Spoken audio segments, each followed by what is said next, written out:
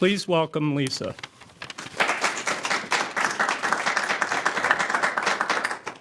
Thank you, Len, for the introduction.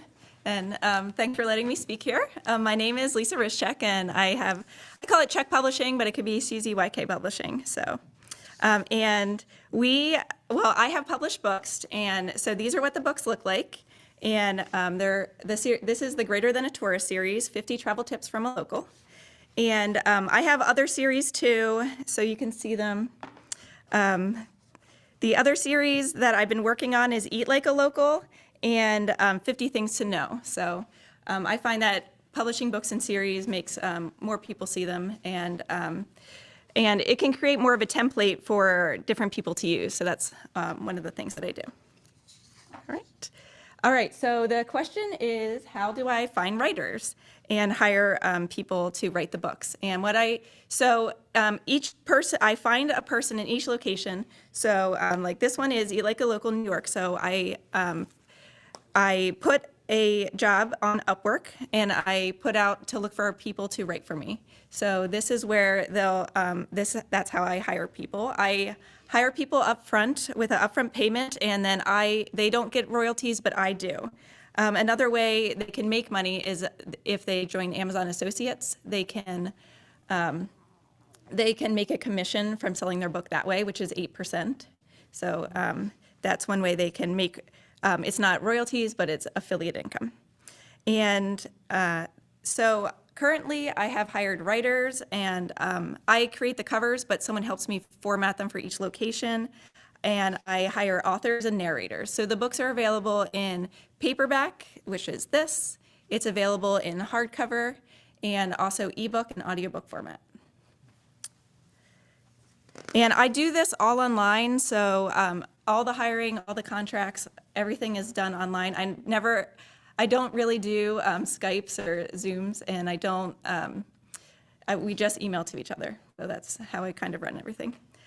I have run into issues with AI and plagiarism. So to combat this, because like I said, I don't really talk to them on Zoom or through emails, I have created a contract with the Business Center at Penn State, and they have helped me create a contract that says they're not using AI to create their documents, and to make sure they're not plagiarizing their work, so the books aren't plagiarized or from AI. And I've decided that I don't want to create AI books. That's something you could go into, but I'm not doing it this time.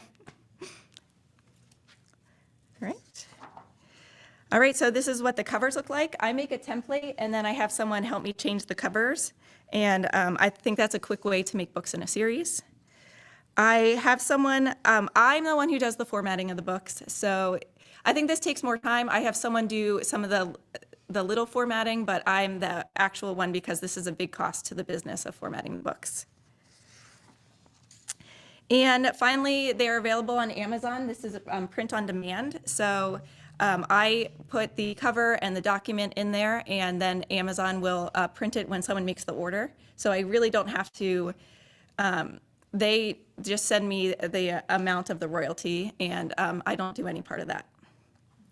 And also with audiobooks, I hire the narrators with royalty share. So it doesn't cost me anything to hire the narrator for the book. I just hire them. And when the book sells, Amazon gets 40%, and then we split the other 30%.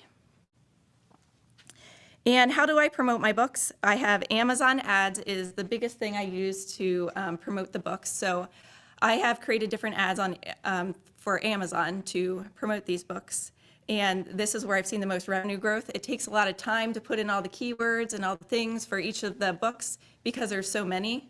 So it takes a lot of time, and then time to change all the numbers to for marketing. But that's where I get my most growth.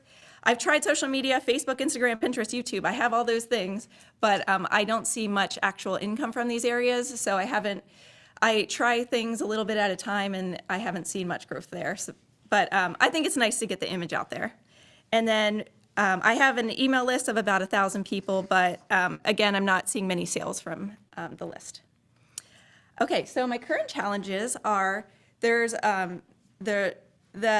books are shorter in length. So when I print one of these, Amazon charges me for 100 pages, and anything more than 100 pages, they'll charge me more, so I have to charge more for the books. So I'm trying to keep them at 100 pages. There's limited editing. I don't hire editors often unless the book does well, and I think I need to pay more for editing that I haven't currently done. There's fewer black and white pictures to reduce cost of formatting, so if they're black and white, it's less expensive, and people are asking for more pictures or, in color pictures, but I also want to keep the cost down. And then sometimes I get negative Amazon reviews, and that's obviously an issue for selling more books. And but to get more positive reviews, I have to, find more reviews without getting in trouble by Amazon for them to be in the correct correct reviews, because Amazon is. There's certain rules that if you don't follow them, they could just be done with publishing for you. So that's why I try and follow the rules.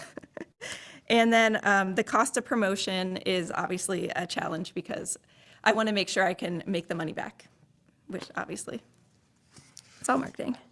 All right, so my questions for the audience is, currently I only sell the books on Amazon. So new distribution strategies with low overhead. So right now, I can just simply put it online and it just sells itself. But other places I can have the books, but also I know that takes a lot of time, so that. Cost-effective hiring options for hiring writers with larger following.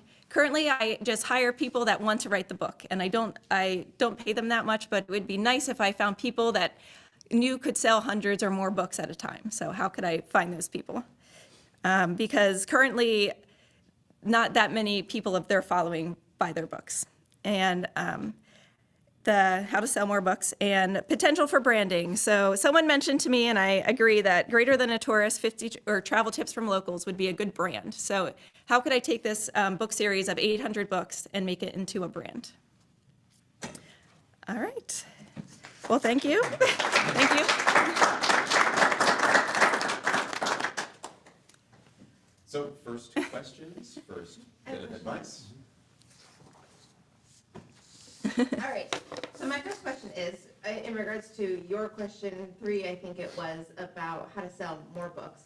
Have you considered partnering with people who work in travel, whether they're travel agents or they work for airports, things like that, to get in front of the people who would actually want to purchase your books because they're going to the places that you're talking about? I haven't, but I think it's a good idea. And I guess my biggest worry is how much money would I spend to get them, and would I make it back in book sales?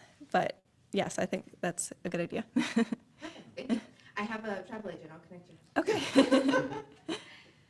I'm going to piggyback off of that comment. There's a guy, he's called the Points Guy. Are you familiar Yeah. with him? Okay, and then he works with Tiffany Funk, who she's one of the co-founders of a company called Point Me. She also has a blog, and I can pull up off of LinkedIn, I can pull her profile, but they would be, that blog, I think could be a really good launching point, because they might just advertise for free on their blog or a nominal fee, and that's going to reach a ton of people. He's really well connected. And then leveraging LinkedIn just to connect with other writers, and then you can kind of pick and choose who you'd want to reach out to based on their qualifications. Okay, so that's a good idea. So I happen to sit on the board of the local visitors bureau, and so one of the first things that I thought about in terms of low cost or no cost reach would be partnering up with some of the visitors bureaus that are located in areas that you've written books about. Mm-hmm. Because I would imagine that having an advertisement in one of their guides or being on their website would be a place where it's a natural, somebody's coming there to visit and they want them to have the best experience. So I think that could potentially be a good fit. Okay, thanks. Now we get to see if my arm's gonna. What's that? Okay. But now I'm gonna have to throw it, and I was trying to avoid that part. That's usually how I go. No, but I was thinking of where you're saying also kind of expanding out into a brand for Greater Than a Tourist. I guess first, did you have any preliminary thoughts of what that meant? Because I had a couple ideas, but I don't want to send us all on tangents. Go ahead. Yeah, because I was thinking, right, if you wanted to expand that into maybe using platforms I'm thinking Airbnb, right, where you can also do the experiences and stuff, and essentially whether your authors are also people who would like give in-person tours and kind of make bundles that way as part of kind of expanding that branding as one potential option. I, think about, Rick Steves is like a travel guide that we used once, and he kind of has that whole branding of, having expanded that to be like, okay, in-person tours that also, help sell the book or help like, okay, what level of tailoring do you want? Obviously, it's more a long-term goal, but maybe that's kind of, again, leveraging other platforms to start to tie experiences together, or even maybe connecting with local tour groups is another avenue of potentially pairing with like your book sales or finding authors. Those are good ideas. Awesome. All right, here we go.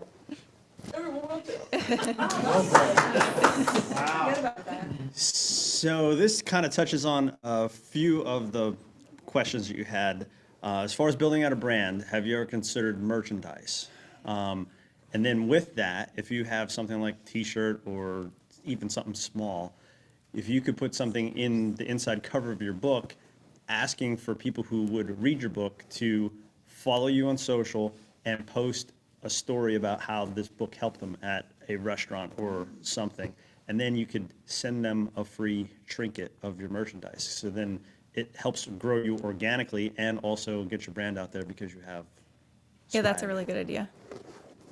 I have a thing in the back of the book that says leave a review, but I think that would be helpful. Might get more reviews. Yeah, I mean, you just think about somebody posting in, even if it's just the plate of food or, at a restaurant and saying, thanks to this book, I found this restaurant or found this or that.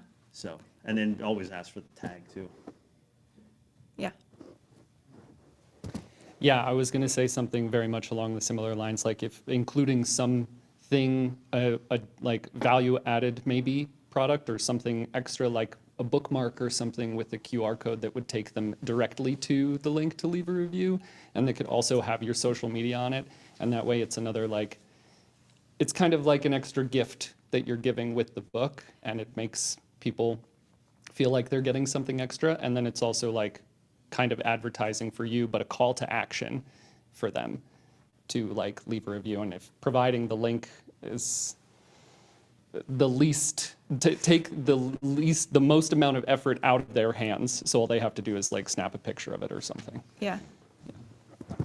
I do something with merchandise on the back end that's very similar to the Amazon stuff too, so we can talk after. I can kind Okay. of show you that.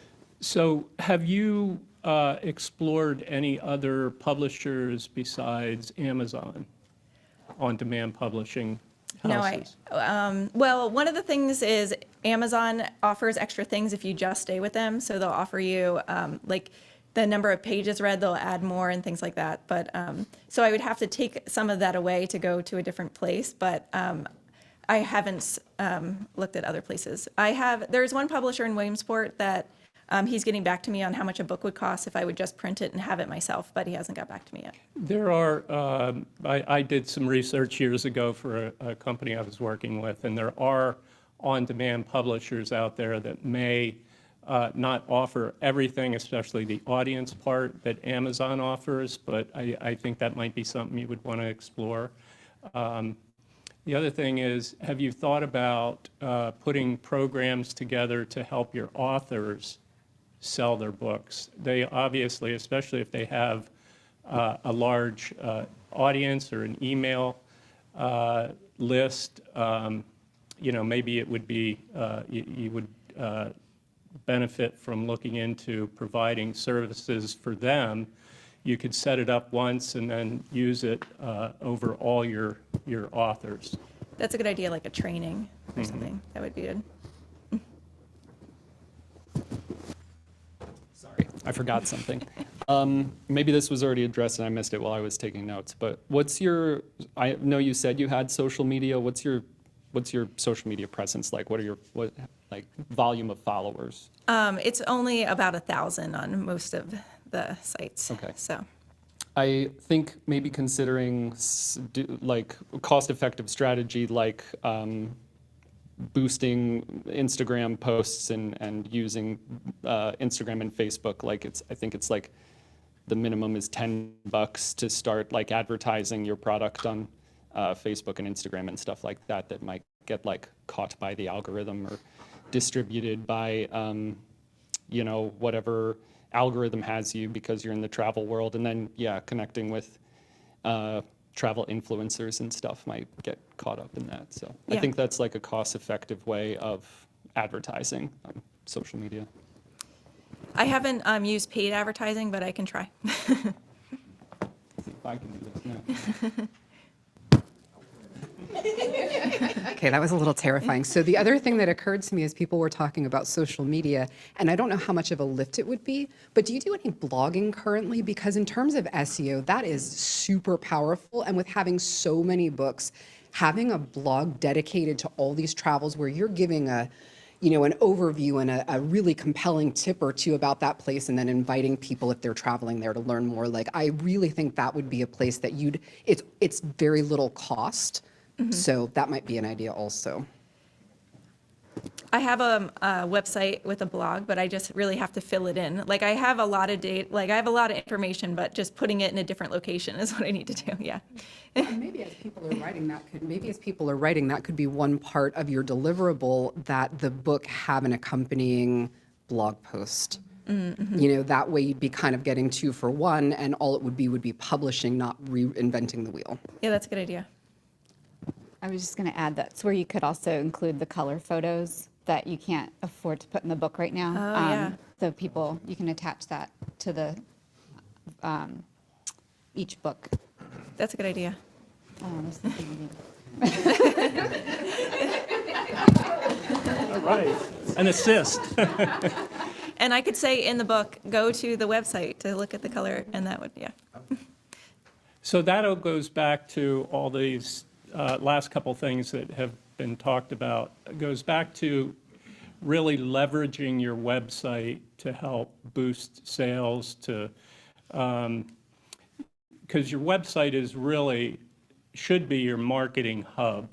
And again, all those things, setting up do you sell much through your website, or can No. you direct them to Amazon? Yeah, it directs them to Amazon from Okay. the website, yeah. You can still set up your website to be more sales-oriented, to direct people to specific things, and direct them to blogs on your site, direct them to the color photo sections, and highlight some of the destinations and some of the authors. One of your questions was in hiring authors, and I know there are a lot of authors out there, but there's also a lot of possible unexpected authors. And I think of my friend John here, who travels all over and posts amazing things, but would not identify as an author, but could probably fill 100 pages very easily just with some of his Facebook posts and some of those things. So maybe there are some reluctant authors out there, or unexpected authors, that could be a wealth of information and value that could fill books for you that way. Yeah, it's a good idea. The one thing that I hire locals, and so a lot of travel influencers would like to write a book, but they're only in a location for months, maybe a year at a time, and I'm not sure if I would really consider them a local. So that's one thing I have to, and then if I already have a book in that location, I can't hire certain people because I already have that book. So that's actually why I've created the multiple series, because I'll have someone and I think they're perfect, but I already have that book in that location, so I've created the other series. Again, going back to your website, somebody like John may be able to do some blog posting that would help boost sales. If you could tie it by that kind of travel in, short snippets, tie that in with a specific author or a book, a destination. It's a good idea. Oh, yes. I was thinking, Tim, wondering if hotels, like how they have the books in the rooms, or at least in the lobbies, that might be an opportunity, like in the areas where you've already written books, to offer, hey, would you consider purchasing either some for your rooms or at least in the lobby to give it a try. I thought about Airbnb hosts would be good, but Yeah. I don't really have a connection to that.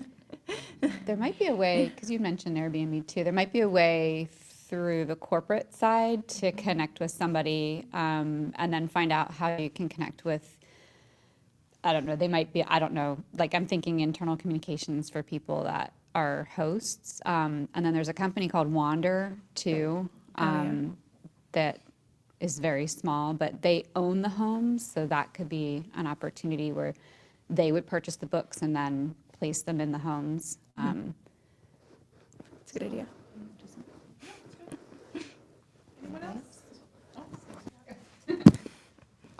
Lisa, thanks for being part of the 1 Million Cups community. Wanted to remind you of 2 resources coming up for you.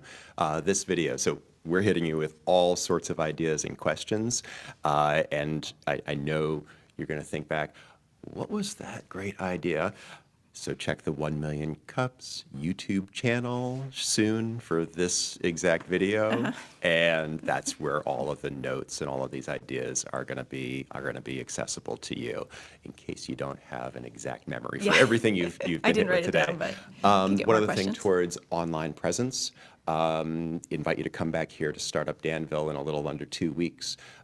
A Grow with Google trainer is going to be here meeting with local business owners, talking about tips and strategies for how to improve how your business appears on Google, so Google Profile and other Google associated products. Want to invite you back for that. He's also going to be available for one-on-one sessions with people here that day. So Sounds hope good. to see you again. In that line, I'd like to ask you to come back and sit on this side of the presentation so that you can maybe help some other people, because I'm sure you have a lot of knowledge to share that will be very helpful, and we'll put you on our email list and invite you back. So we hope you would continue to be involved with this organization. Yes, that sounds great.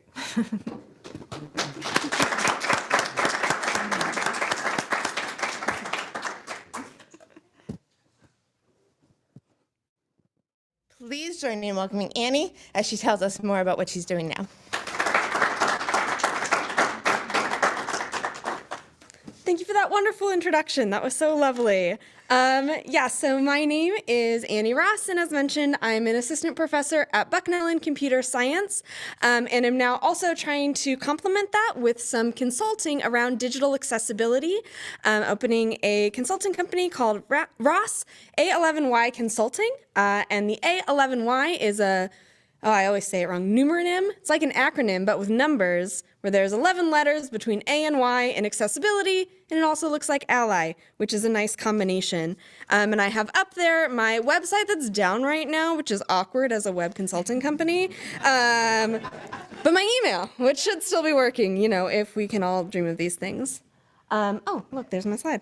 I have about 10 years, mostly academic, in digital accessibility, and really what I'm trying to complement that with and kind of being a professor and doing this consulting is I found that a lot of my academic work, even though it's starting to transition to be more like community-based and direct impact, but really trying to bridge that gap between kind of theoretical knowledge and building up a lot of frameworks and data analysis and things like that to more kind of boots on the ground, directly helping people improve their offerings. And so in addition to my kind of academic background in accessibility and computer science, I'm also getting kind of professional certifications around digital accessibility, specifically right now working on one for Section 508, which is legislation that mandates kind of government-associated organizations must be accessible with their digital products, and kind of trying to build from there.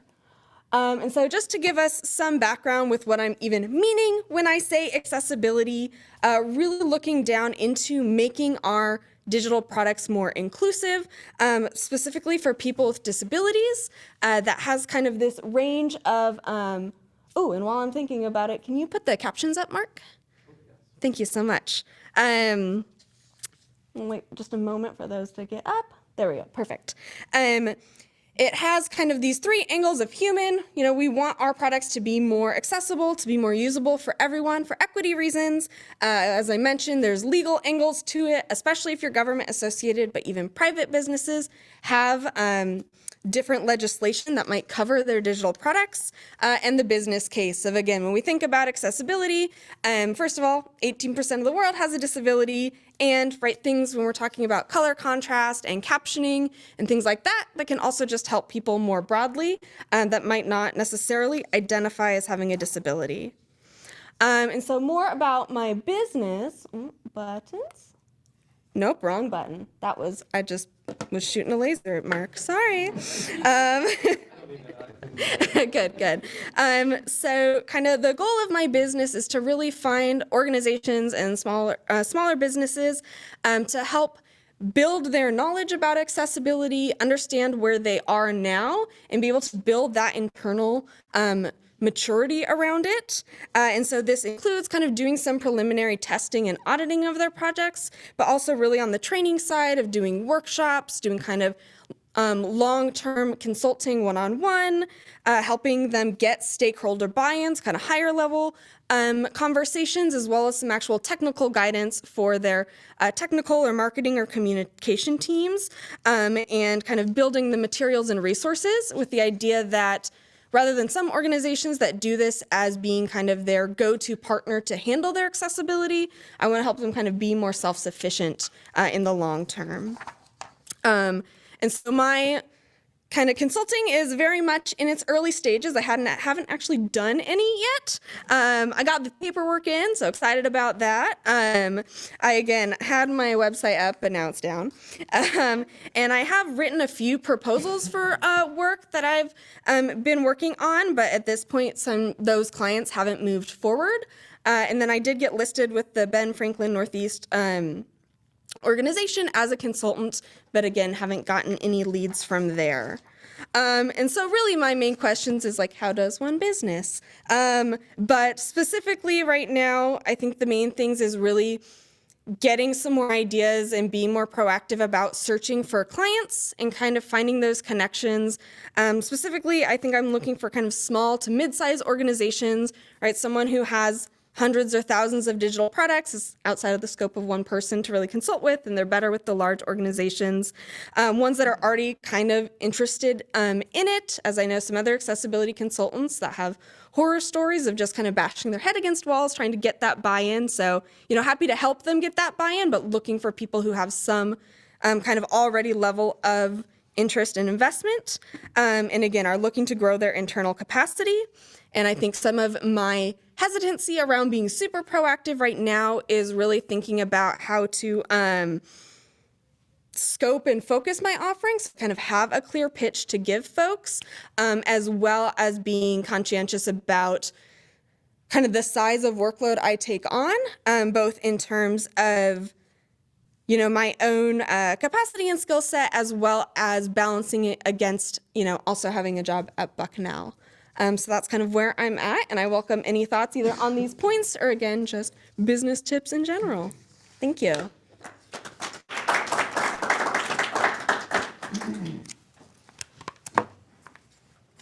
Annie, thank you. That's a great presentation, and having known your background and everything that you do, something just popped into my head that I don't think we've talked about is, are you registered on SAM for government contracting? And getting you in touch with our colleagues at CEDACOG, because you mentioned that there are government organizations where it sounds like accessibility is legislated into their mandate. Mm-hmm. So we need to get your business out in front of anyone that's awarding a government contract. So sorry we haven't had that conversation yet. No, we have not. I'm making a note to follow up with you. It totally resonated when I heard you say that. So I was like, oh, wait a second. There's organizations that don't have a choice. Yes, yep. So, yeah, we'll follow up with that on this side. Excellent, thank you.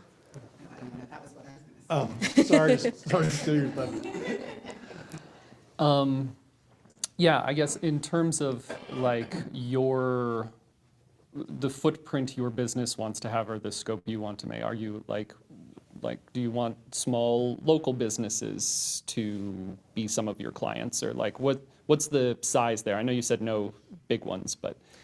Yeah, I think that that's also one of the challenges I'm having is my research at Bucknell is also focused on supporting small and local businesses in their web accessibility. And so finding kind of the sweet spot of, for example, through SBDC, I've been running webinars and workshops. There's one next week for small businesses. And so I think the size of which is like one person that they come to the webinar and they get the worksheet and they're able to make updates is probably not the type of person that's going to then go out and pay additional for the infrastructure. But again, kind of on the other end of those larger companies are probably out of scope. So I think, like, I don't think it necessarily has to be local in the sense that this is stuff that I could even do remotely. But yeah, I think trying to find that right scope of the sweet spot of size that won't be served enough by just kind of the free offerings that I'm doing through SBDC in my research, but can still be managed by one consultant. So yeah, I think even that of like, who are you looking for is a thing that I'm having a hard time making concrete. Sure. Yeah, I think, let's see how to say what I think based on your answer there. I mean, I think a lot of this is like people don't know about accessibility issues. So getting that information out there, which like the webinars for the webinar series that you're doing is great. And so maybe like using, if those webinars are recorded, like using your social media or your company's social media to promote them to reach a broader audience out there so that they can like know what they don't know now.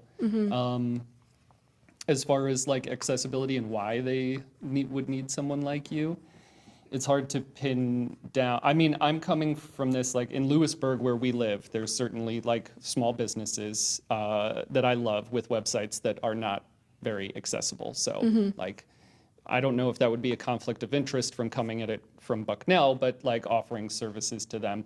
But they don't know that that's an issue.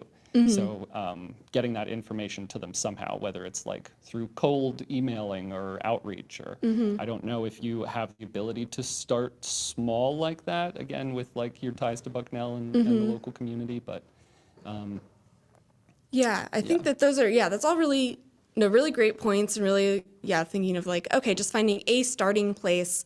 Maybe that brings up another question that folks here might be able to touch in on how to make those pitches or kind of, scope in an initial package. Again, I, know looking at pricing as far as looking at other accessibility consultants and things like that, but things that would be kind of a door opener to smaller businesses of a number in a package that's not so like, wow, there's no way we need that. And that's just completely outside of the scope of what we're doing versus, again, kind of the value proposition of it. So yeah, I think that that's a great starting place. And yeah, any tips for kind of how to get your foot in the door in those conversations, I'd love to hear. Yeah, real quick, I have also a lot of information about coming up with elevator pitches and stuff like that that I can get to you later. That'd be awesome. Thank you. That I've been trying to figure out myself. Someone came up here today and asked me what I do, and even with working, like trying to figure out my elevator pitch, I still stumbled. I was like, I don't really know. But I do have information that I can send you about coming up with that stuff. Thanks. Have you thought about reaching out to places that make websites? Yeah, I think I had done a little bit of that, again, through research, but I hadn't thought of that in terms of the consultant, but that would be actually a really great starting point. Yeah. Be like the plug-in specialist. Design company. Hi, Annie. Hi. So to piggyback a little bit off of what's already been said, I think that one of the really important aspects of all of this is following Denny's advice and getting registered with CEDACOG, because many of these small businesses and local government institutions don't have it within their budgets to do the overload of what it is that they need. But you can leverage CEDACOG's relationship for like CDBG funding or some sort of grant funding that would subsidize it, and then you'd be able to do a much larger, longer project and have some greater impact.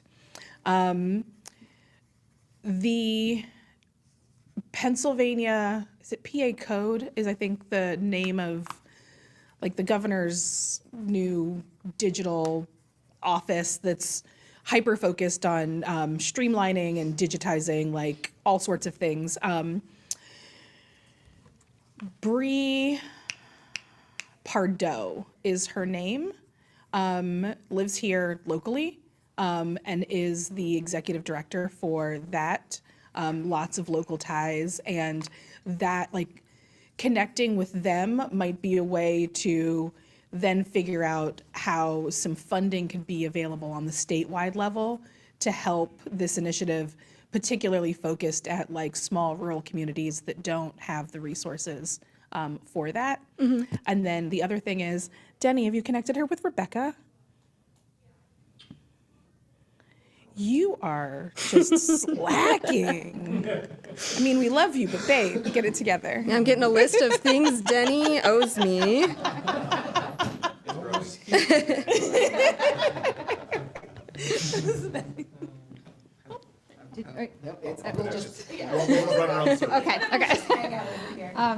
In addition to SAM, I was going to ask, SAM.gov, I should say. Have you thought about applying for your women-owned business certification? No, I don't even know about that. WOSB, so women-owned small business, that will automatically add you to different lists and resources that would also be connected to SAM.gov. But so as companies win RFPs for maybe at any size project, your company will automatically come up as a consultant for that specific specialty. And then my other thought, just kind of like on a super local level, like I'm thinking of Family Practice Center, CPRS, Susquehanna Valley Mobility, and I'll take the ownership of that website not being accessible because I designed that years ago with a local company.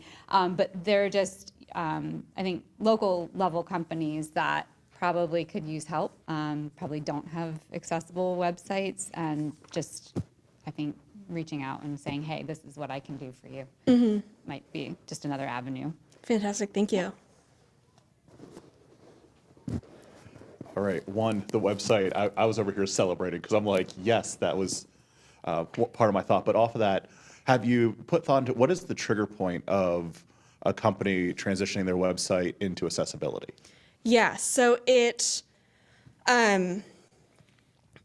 depends, but largely it's either a lawsuit or a threat of lawsuit, unfortunately, which usually also leaves a bad taste in people's mouth about accessibility and kind of creates some challenges there as far as, like I mentioned, like finding people who are not hostile and kind of open to that is one way. Another is technically when they receive government funding, they do receive information that they have to be compliant to a certain level. One organization I'm working with actually through my research at Bucknell was essentially like, I got this pamphlet, but I have no idea what it means. And it was just the fact that I happened to reach out around the time she got it, that it's like, oh, I guess we should probably figure out what that phrase means, the clause means in it. And so that's usually how people encounter, or they kind of end up with an employee who either through personal connections or other ties just decides to champion it. It's kind of the main ways that people kind of organically stumble into it. And so kind of that avenue of it. The others, I think, again, even through the webinars and things I've done with SBDC, of people being like, oh, I had never actually thought about that. Now that I have, I'd love to learn more. But that is one of the challenges, is that it's, even though there's legislation and pressures, it is, the enforcement of it is, you know, sometimes spotty, sometimes difficult to see, to get people to make that investment. And there's often that initial pushback of like, we just don't have those clients.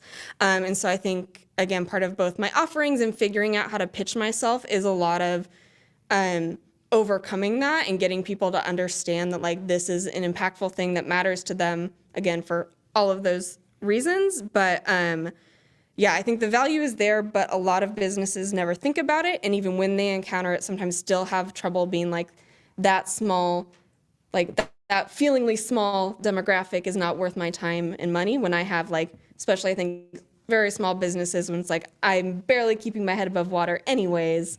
And so, yeah, I think very roundabout answer, but it's like there are those, but a lot of companies don't encounter it. So it sounds like one of the challenges is that you're dealing with a have to market. So a lot of the companies that are transitioning are because they have to, not because they want to.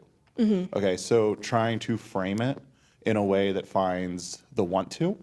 So like for the company I work for, so I work for Ben Franklin Northeast. Thanks for the shout out, I appreciate it. But we went into our accessibility when we renewed our website. When we decided to revamp our website, that triggered a huge conversation into how can we make it accessible. You know, so that's where I was going off of the website, getting into those companies that might be bigger, where you're a plug-in, because the company we worked with had an accessibility person. You know, they were a big enough organization that like they had that on staff, but a lot of your website manufacturers aren't going to have that.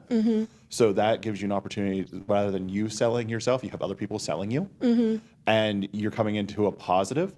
And then you can tap into that greater number saying, you know, accessibility led to this being able to access this many more people, which gives that much more opportunity for sale, which then for the people who are the have-tos have that tie in where they're like, oh, there's actually a quantifiable reason to do this rather than just a qualifiable. You know, that's a lot of my focus on those markets, is trying to make it so they can sit there and go, oh, I'm going to get a return. You know, whether it's goodwill, but also let's look at some dollar figures on that as well. Yeah, I think that maybe is a great combination of also like getting in touch with website providers, because I think that's the other tricky part is oftentimes finding them at just that right moment of, if they're like, well, we had the website, contracted out, we built it, a year ago. We're not going to really touch it that much right now until we do another, big overhaul, and finding people at just the right moment. But I think that that's a really great thing to keep in mind as well. Thank you. Yeah. So, and of course, I've met you and know about your work, and yet here I am with all these notes that we haven't necessarily talked about. So one thing that I'll note is, I think you would benefit from really trying to define a little bit what audience you're ideally trying to reach, because there is a big difference between what you can do for a very small business like a downtown restaurant versus a medium-sized organization that maybe has 25 or 30 employees. So I think that from your end, just honing in on who you really want to serve may be helpful, because then I think you can also start to target your messaging. And, if you're pursuing those really small businesses, they don't have the budget to really invest in a consulting relationship with you. However, one way around that is, if that is the population that you really want to serve, how do you do some group consulting? How do you reach a bunch of businesses in a paid format where they're all putting in a smaller portion of that, and you're guiding them through a couple of really succinct steps? Or maybe you're developing some type of a paid course that they can take, that somebody within their organization can go through some of those high-level accessibility opportunities. Another thing, we talked earlier about blogs, and I'm thinking about you. Sometimes when we think about marketing for this type of a service, how do you get in front of, what professional organizations can you be a part of? What professional writing can you do? Are there conferences that you can attend and be a speaker? Because that's starting to put you in front of some audiences that get to know you, and then you become that resource so that if they have a challenge. In terms of trying to figure out that idea of, they either know they need it and now they're upset, or making them aware of it. My instinct is that at some point they decided to really start to enforce this. Accessibility is not going to become easier and more affordable. It's going to be really a premium service. And so now kind of is the time for places to get ahead of that. So that might be part of your, that could potentially be part of your messaging. And I think that's it. But I really, professional publications, I don't know how much professional writing you do, but sometimes that can be a great strategy for getting in front of the right kind of businesses. No, those are all really great tips. And I think, and maybe this is a conversation to continue offline, but I think that, where any tips or resources for how to start thinking about defining an audience, since that is a place that I'm struggling, because again, I think that, there's a sweet spot in there of potentially like those very small businesses that are not going to have the resources for consulting, is kind of, I think, perhaps more where kind of some of my work out of Bucknell is touching on. And so but how to find exactly what is what is that medium-sized business, whatever I mean by that. And what any tips for going through a process of being able to clarify what kind of audience I'm looking for? Absolutely. We have a couple of resources, and that's something that we definitely can set up a time and kind of have that conversation. Perfect. Thank Yeah. you. It landed in hands, so it's all good. Hi, Annie. I'm John, and I have just a couple of things. You can eliminate your audience by the end user, so whoever you are targeting, though. So at the end of the day, maybe manufacturing isn't your target audience, and et cetera, et cetera. You can eliminate that. But I want to, more importantly, as this group now knows, I am a founder recently of a nonprofit. And my nonprofit is going to be dealing with almost exclusively cancer survivors, which are disabled, which are by the very definition, they have a disability. So by and large, the website that I create, which I'm going to do shortly, and I'd love to involve you. Yeah, that'd be great. Because I absolutely believe the folks that are going to be with me on this journey are going to need what you provide. And I think that's important. And it's important for you as well, so that you can say, this works, and here's why. And I can say it, and you'll get a recommendation from me as well. But more importantly, I think nonprofits are a way for you to do that. And I get that there's the budgeting and all that. I as a founder and as every executive officer of it now, I would budget for that. I would absolutely budget for that, because this is something that they need, not that I need, not that the foundation needs. It's what they need. It's my end user. That's what they need, and I would certainly help you with that as well. But I do think nonprofits, if you look the gamut, there are a ton of local nonprofits without the service you provide, and I think they would benefit from it, because most of them deal with disabled folks in some way. Absolutely. No, that's another great angle. Thank you so much. And yeah, we'll definitely follow up. I'll share some consulting advice that a mentor of mine, when I first got into consulting, said to me. He said, he said the first thing you should do is find an entry-level product. It's a service, but productize it to get you in the door, because once you get in, you start to do a few things, you learn more about the company. He said, think of the fourth sale first. In other words, if you get in the company and start to show value, you can find other projects that they need that also provide value. It's worked for me.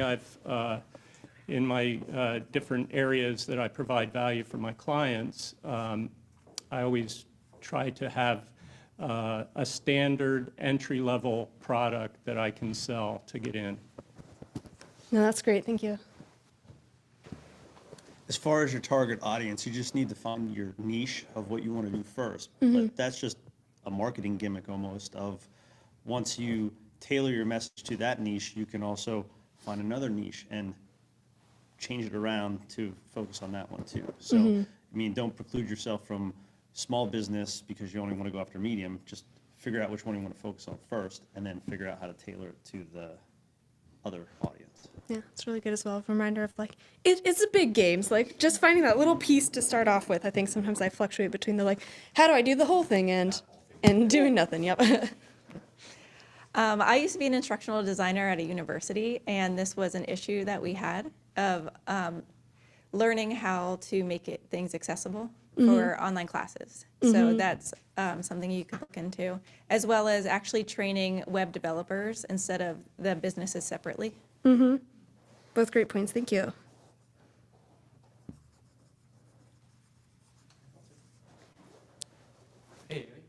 Hey, how's it going?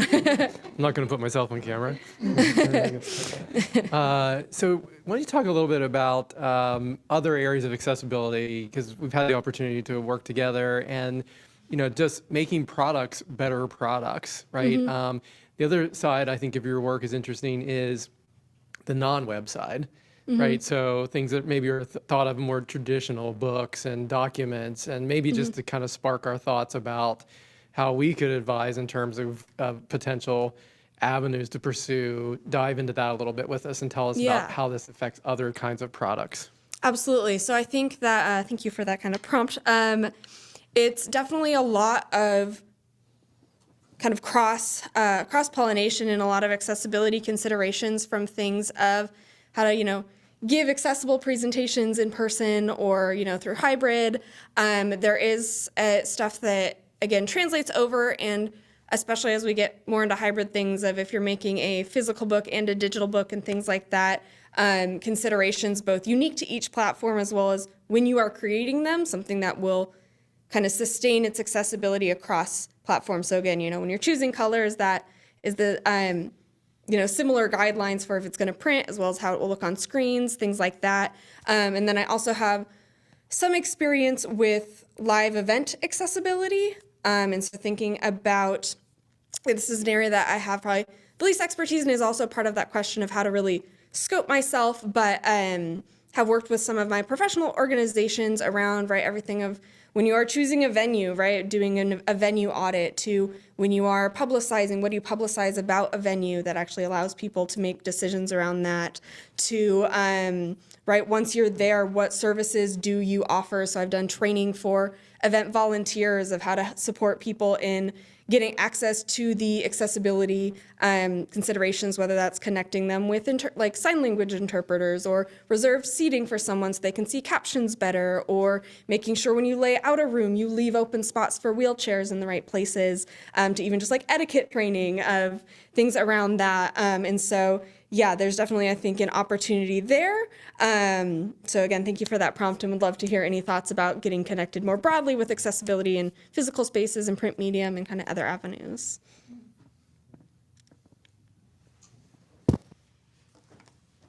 So Annie, I wanted to thank you again for being a presenter often with Bucknell Small Business Development Center. I noticed in our attending via Zoom earlier today was Bob Garrett from the Greater Susquehanna Valley Chamber of Commerce.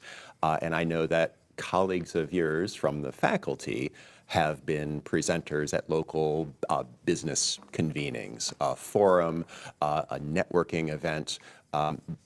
Organizations like the Chamber might be an opportunity for you, again, to be featured as a speaker, your area of expertise, and share that with a regional business community. And similar to that, I wanted to build on something that Amber said about conferences.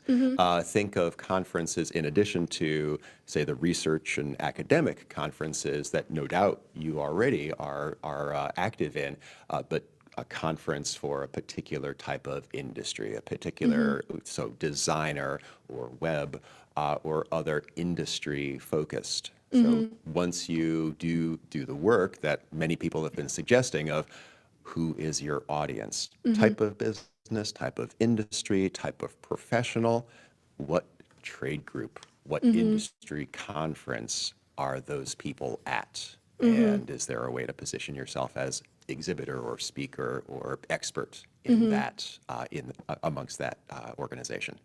Yeah, no, I think those are all great points. And I think maybe a follow-up question, and the answer might just be, well, you do it and hope it works out. I think another hesitancy I've had in taking some of these steps is making that initial financial investment, whether it's, even printing up business cards or traveling to conferences and kind of doing all of that, and how to either, again, just pep talk of jump into it, or other avenues for thinking about or for structuring and building up to having the resources to put into making those investments that you hope turn into clients.